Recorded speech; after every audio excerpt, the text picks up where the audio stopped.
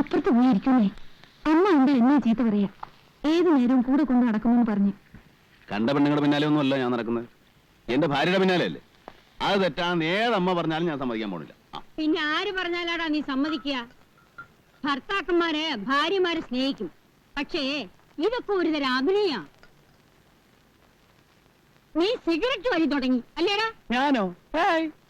എന്റെ സീത, നീയാണോ അമ്മയോട് നീ നുണയൊക്കെ പറഞ്ഞു കൊടുക്കുന്നത്? അവളൊന്നും എന്നോട് പറഞ്ഞില്ല. എന്നാൽ ആ കള്ളനായിരിക്കും കോവാലൻ. എന്റെ അമ്മ അവൻ പറയുന്നത് മുഴുവൻ നുണയാ. ആരും എന്നോടൊന്നും പറഞ്ഞിട്ടില്ല. ഈ സിഗരറ്റ് നിന്റെ ഉടുപ്പിന്റെ പാക്കറ്റിൽ എങ്ങനെ വന്നു? അതൊരു ശീലമൊന്നും അല്ലമ്മേ, ഒരു രസത്തിന് വല്ലപ്പോഴും. അവിടെ എന്ത് തണുപ്പാണെന്നറിയോ? അയ്യോ, ഒരു ന്യായവും പറയണ്ട. എടാ, നിന്റെ അച്ഛന് ഒരു പൊടിവലി, സിഗരറ്റ് വലി, കള്ളുകൂടി ഇങ്ങനെ ഒരു ദുസ്സഭം ഉണ്ടായിരുന്നില്ല. പറഞ്ഞിട്ട് എന്താ കാര്യം? ഈശ്വരൻ ആയുസ് തന്നില്ല. അത് നിന്റെ ഭാഗ്യദോഷം. ആ അച്ഛന്റെ മോനാ സിഗരറ്റ് വലിക്കുന്നത്. ഇനി എന്തൊക്കെ ദുസ്വഭാവമാടാ നീ പഠിച്ചു വെച്ചിരിക്കുന്നേ? അമ്മേ, ഒരു ദുസ്വഭാവവും ഞാൻ പഠിച്ചിട്ടില്ല. അമ്മയ്ക്ക് സംശയമുണ്ട്, ആ ഗോപാലിനെ വിളിച്ചു ചോദിച്ചു നോക്ക്. ചോദിക്കണം. വെറുതെ അല്ല നിന്റെ ഡ്രൈവറായിട്ട് ഞാൻ അവനെ തന്നെ അയച്ചത്. നീ അവിടെ എന്ത് ചെയ്താലും ഞാൻ ഇവിടെ അറിയും. വിശ്വസ്തനാവൻ.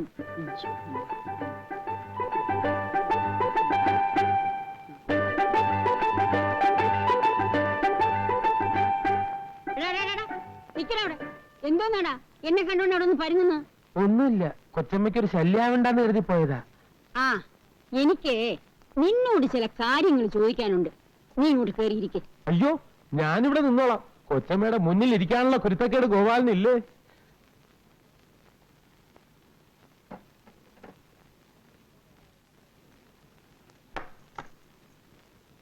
കുട്ടൻ എങ്ങനെയാടാ അവിടെ? എങ്ങനെയെന്ന് ചോദിച്ചാ? ആ, സമയത്തിന് ആഹാരം കഴിക്കുന്നുണ്ടോ? വേണ്ടാത്ത കൂട്ടുകെട്ടുകളോ ദുസ്വഭാവം വല്ലതും ഉണ്ടോ? അയ്യോ, അങ്ങനെ എന്തെങ്കിലും ഉണ്ടെങ്കിൽ ഗോപാലിനെ ആ നിമിഷം ഇവിടെ അറിയിക്കില്ലേ? ആ, ചിലര് പറയണത് കേൾക്കുമ്പോ സത്യം പറഞ്ഞാ എനിക്ക് രോമാഞ്ചം ഉണ്ടാകാറുണ്ട്.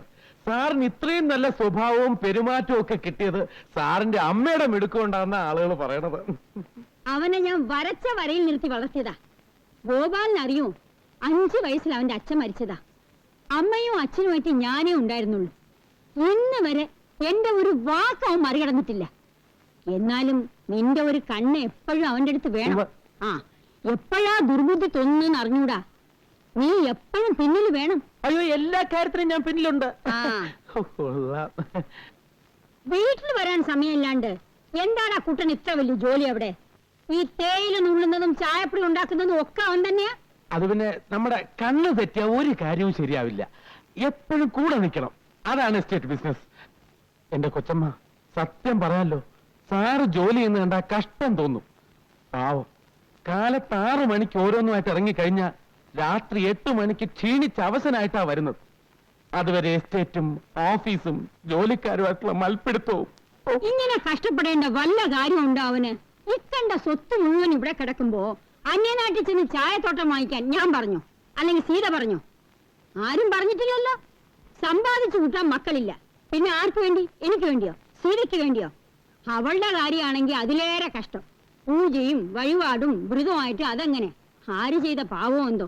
ഒരു തലമുറ ഇതോടെ അന്യം നിന്ന് പോവുമല്ലോ എന്റെ ഈശ്വര. ആരുടെ കാര്യം അമ്മ ഈ പറയുന്നേ? നിന്റെ കാര്യം തന്നെ. എടാ, 10-42 വയസ്സായി. ഇനിയെങ്കിലും വീട്ടിൽ അടങ്ങി ഒതുങ്ങി ഇരുന്നൂടെ നിനക്ക്? അയ്യോ, കൊച്ചമ്മ എത്ര വയസ്സാണ് പറഞ്ഞത്? 42. എന്റെ അമ്മോ. അമ്മ വെറുതെ പറഞ്ഞു എന്റെ വയസ്സനാക്കല്ലേ അമ്മേ. പിന്നെ നിനക്ക് എത്ര വയസ്സായി എന്നാ വിചാരം? 48 ജനുവരിയിൽ ഉള്ളതാ നീ. 90 ജനുവരിയിൽ 42 വയസ്സായി. നരച്ച മുടിയും മീശയും കറുപ്പിച്ചെന്ന് വെച്ച് നീ കൊച്ചു കുട്ടിയാവൂ? എന്ത് കേട്ടിട്ടാണ് ചിരിക്കുന്നേ? കഴുതേ. ആ, അമ്മ എന്തിനാ എന്നെ ഇങ്ങനെ നാണം കിടന്നേ? നമുക്ക് വേറെ ഒന്നും പറയാനില്ലേ? എടാ കുട്ട, എനിക്കോ വയസ്സായി. ഒരു കുഞ്ഞിക്കാല് കണ്ടിട്ട് മരിക്കണമെന്നും ഒരു ആശ ഉണ്ടായിരുന്നു. ഇനി ആശിച്ചിട്ട് ഫലമില്ല. നീ ഇങ്ങനെ അന്യനാട്ടിൽ പോയി കിടക്കുന്നത് ശരിയല്ല. പോയില്ലെങ്കിൽ അവിടത്തെ കാര്യങ്ങൾ ആര് നോക്കും അമ്മേ? ആ നാശം അങ്ങ് വിറ്റു തൊലയ്ക്കണം. വിറ്റു തൊലയ്ക്കാനോ? ഇത്രയും കാലം ഞാൻ അവിടെ പോയി കിടന്ന് വേർപ്പൊഴി കഷ്ടപ്പെട്ട് വെറുതെ ആവൂലേ? വെറുതെ ആയിക്കോട്ടെ, സീതയ്ക്കും അത് തന്നെയാ ഇഷ്ടം. ഇനിയുള്ള കാലം നീ നാട്ടിൽ വന്ന് ജീവിക്കേ. എനിക്ക് വയ്യ. ഞാൻ പറയുന്ന അങ്ങോട്ട് അനുസരിച്ചാ മതി കേട്ടോ. അമ്മയുടെ അഭിപ്രായം തന്നെയാണോ നിനക്കും?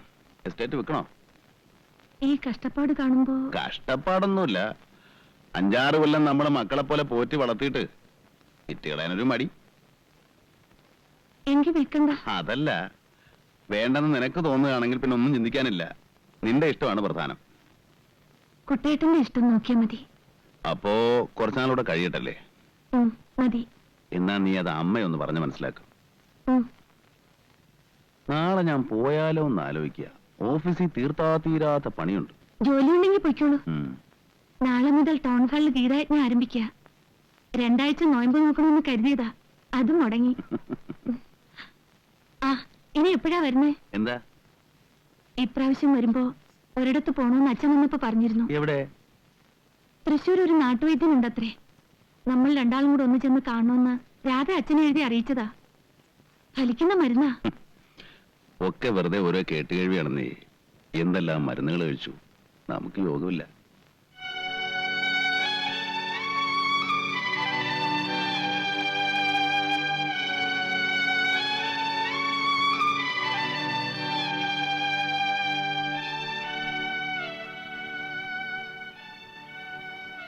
ഞാനൊരു കാര്യം ചോദിച്ചാ ദേഷ്യപ്പെടോ?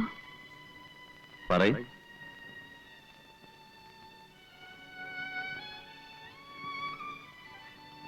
ഒരു കുഞ്ഞുണ്ടാവാത്തതിൽ അമ്മയ്ക്ക് വലിയ വിഷമമുണ്ട്.